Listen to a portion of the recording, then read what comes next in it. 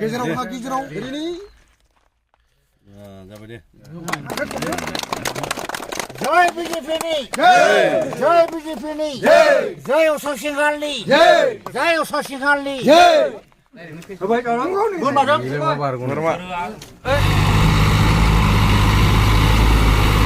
खुलुमबाय रायजोफोर सायख'म इउटुब चेनेलाव बयखौबो बरायहरबाय आङो दङ दायो बेलस्रि एरियायावहाय बेलस्रि एरियानि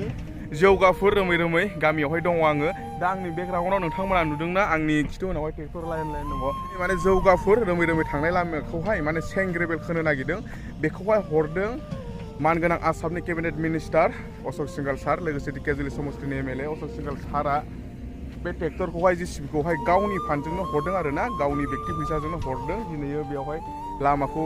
माने सेंग्रेबेल खोनो नागिरदों बे लामा खोनाया अकल बेलस्रि एरियायावल' जानाय नङा बे लामा खोनाया जोंनि धेकियाजुलि एरियायावबो जाहैगोन ओरै हग्राजुलिथिंबो जागोन बेवहाय फार्स्ट अपेनिं आरो दिनै फिथा हानो नागिरदों दा गामिनि रायजोफोरनिफ्रायनो एसे मोनथिनानै लानोसै नायलांबाय थाब्लानो जाबाय खुलुमबाय जोंहा दिनै 65 नं एबा 65 नं धेकियाजुलि समस्तिनि मानगोनां एमएलए तथा आसाम केबिनेट मन्त्रि मानगोनां अशोक सिंहाल सारा गावनि रांजोंनो सरकारनिफ्राय जों जेबो मोन्थाय मोनाखैब्लाबो गावनि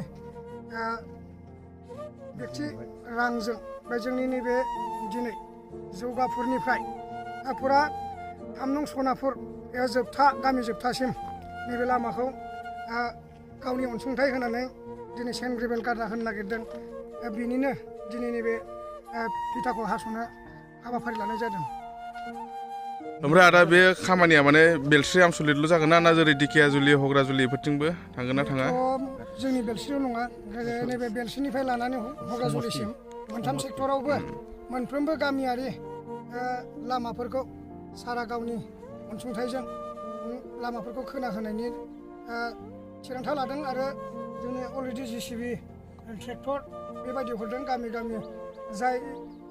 बांद्राय गाज्रि लामाफोरखौ फोसाबनानै लानो थाखाय नैबे हाबाफारिखौ लानाय जादों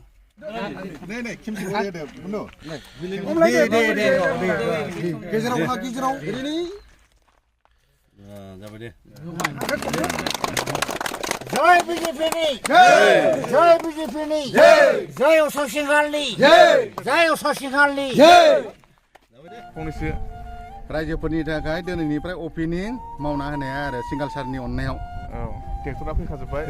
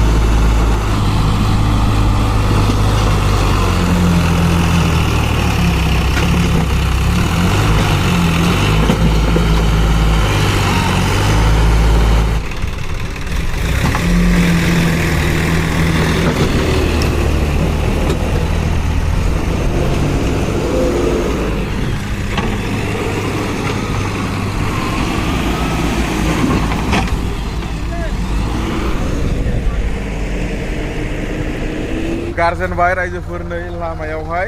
सेंग्रेबेलखौ बीजेपीनि अननायावहाय अशोक सिंघाल सारनि अननायाव नै दायो रोमै रोमै मा गामि बाबु मा गामि रोमै रोमै रोमै रोमै बेलस्रि एरिया रोमै रोमै गामिनि नामा रोमै रोमै आरोना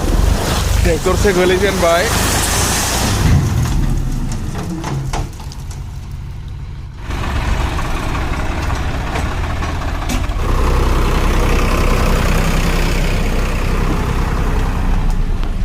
दासो लाइन लाइन सफैदों ट्रेक्टरा बिराद मोजां जासिगोन एबार लामाया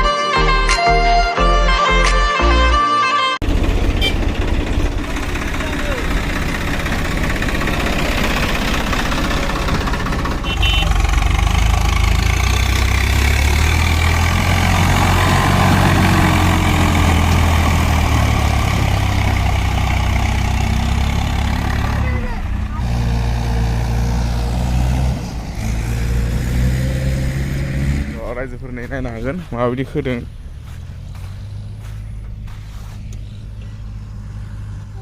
जोंना दायो लान्च ब्रेक माने लान्च टाइम दा ओंखाम जानाय लोंनायनि लाहार फाहार गासिबो नैथिं जागासिनो दङ ओमफ्राय ओरैजायबो नै सारमोनाबो जागासिनो दङ बोरमा बेदर बोरमा बेदरजों बोरमा बेदर बोरमा ओरै लाबो बोरमाफोरा सार होनाय औ जोंना दिनै बोरमा बेदरखौ नै सारा होदों दै औ उजिर सारा होदों मासे 6200नि औ मासेखा मासे बोरमाया मासे र' सारायखौ देखायनो एसे बेदर दंना गैला बेयाव बेदरा नै डेन्जार नै एक नम्बर मटन मटन बोरमा बेदरजों माने मोनजाबाय आरो उजिर सारनि अननायाव बे सारानो होदोंमोन बेदरखौ औ जानोसै नै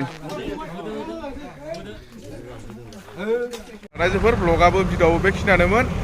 चेनेलाव गोदान फैग्राफ्रा चेनेलखौ साबस्क्राइब खालामना लादो फेसबुकआव नायदोंबा फेसबुकखौ फल' खालामना लादो एसेनोसै गोजोन्थों जय बर' हारिनि